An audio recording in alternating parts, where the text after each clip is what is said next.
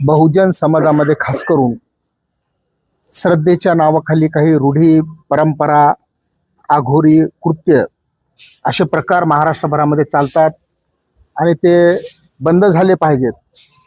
यासाठी लालसेनेच्या वतीनं लोकांमध्ये जाऊन प्रबोधन आम्ही करत असतो. असंच प्रबोधन आम्ही औरंगाबाद जिल्ह्यातील आणि आत्ताच्या छत्रपती संभाजीनगर जिल्ह्यातील शेंद्रा कमंगर नावाचं जे गाव आहे त्या गावामध्ये नवस फेडण्यासाठी पाठीला गळ टोचून घेण्याची एक आघोरी परंपरा सुरू आहे. त्या देवस्थानाचं नाव मांगवीर बाबा असं असल्यामुळं बहुतांश लोकांची अशी एक समज बनलेली आहे की त्या ठिकाणी केवळ मातंग समाज जाऊन अशा पद्धतीचे नवस फेडतात. परंतु हे साप चुकीचं आहे.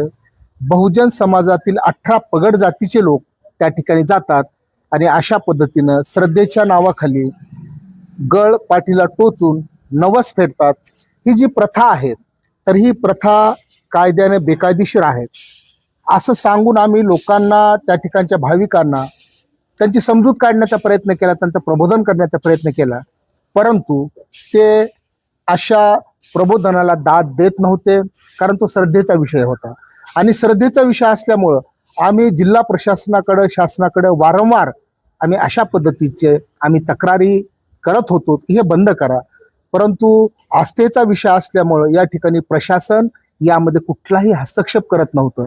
आणि म्हणून आम्ही 2018 साली या प्रथेच्या विरोधामध्ये छत्रपती संभाजीनगर येथे म्हणजे मुंबई उच्च न्यायालयाच्या औरंगाबाद खंडपीठामध्ये 2018 साली आम्ही जनहित याचिका दाखल केली होती. ती याचिका उच्च न्यायालयाने दाखल करून घेतली आणि ती बोर्डावर जी आली त्याला नंबर पडला हा 2019 मध्ये.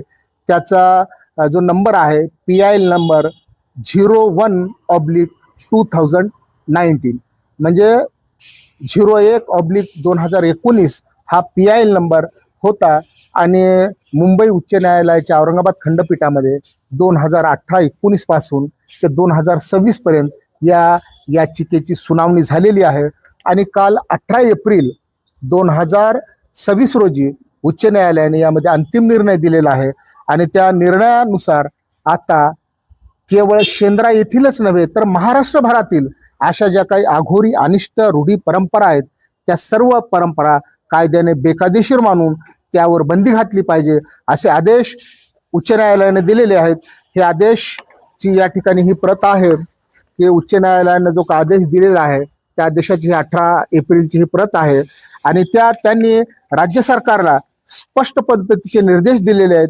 त्यांनी खास करून या राज्याचं होम डिपार्टमेंट आणि सोशल जस्टिस डिपार्टमेंट ह्या दोघांनाही लिहिलेलं आहे की तुम्ही ह्या आदेशाच्या तारखेपासून 2 महिन्याच्या आत तुम्ही यावर कारवाई केली पाहिजे. आणि त्यासाठी तुम्ही व्हिजिलन्स ऑफिसर नेमा, म्हणजे दक्षता अधिकारी नेमा प्रत्येक ठिकाणी, केवळ शेंद्र्यामध्येच नाही, महाराष्ट्रात जिथं जिथं म्हणून अशा पद्धतीची ज्या परंपरा, प्रथा चालू आहेत, आघोरी प्रथा आहेत, नरबळी आहेत, असे जे काही श्रद्धेच्या नावावर अंधश्रद्धा जी पसरवली जात आहे तर महाराष्ट्रभरामध्ये अशा जिथं जिथं असे काही प्रकार सुरू आहेत त्या ठिकाणी दक्षता अधिकारी नेमा. आणि या प्रथा बंद करण्यासंदर्भात महाराष्ट्रामध्ये आत्तापर्यंत अशा पद्धतीचा परिपूर्ण कायदा नव्हता. आणि म्हणून तुम्ही नव्यानं सरकारनं एक परिपूर्ण कायदा तयार करा, जिल्हा दक्षता अधिकारी नेमा आणि या कायद्याच्या अंमलबजावणीच्या संदर्भामध्ये कुठलेही नियम नव्हते ते नियम सुद्धा तयार करा, अंमलबजावणी संदर्भात नियमावली तयार करा. अशा पद्धतीचा हा हायकोर्टाचे आदेश आहेत. आणि हायकोर्टाचे आदेश निघाल्याच्या नंतर राज्य सरकारने ज्या तातडीनं हालचाली करायला पाहिजे होता. आज 18 तारीख संपलेली आहे, म्हणजे जवळपास महिना या ठिकाणी होत आलेला, तरी राज्य शासनानं कुठलीही हालचाल केली नाही.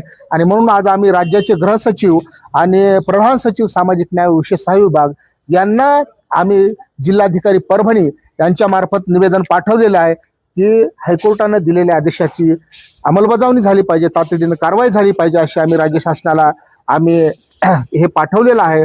आणि यावर 2 महिन्याची लिमिट आहे, टाइम लिमिट आहे. त्या 2 महिन्यामध्ये जर कारवाई नाही झाली तर लाल सेनेच्या वतीनं राज्य सरकारच्या विरोधामध्ये तीव्र आंदोलन छेडण्यात येणार आहे. आणि हा जो समाज आहे त्या समाजातील अंधरूढी अंधविश्वास ह्या दूर झाले पाहिजेत आणि एक सदृढ समाज निर्मिती झाली पाहिजे. या हेतून लाल सेनेचा हा लढा सुरूच राहील.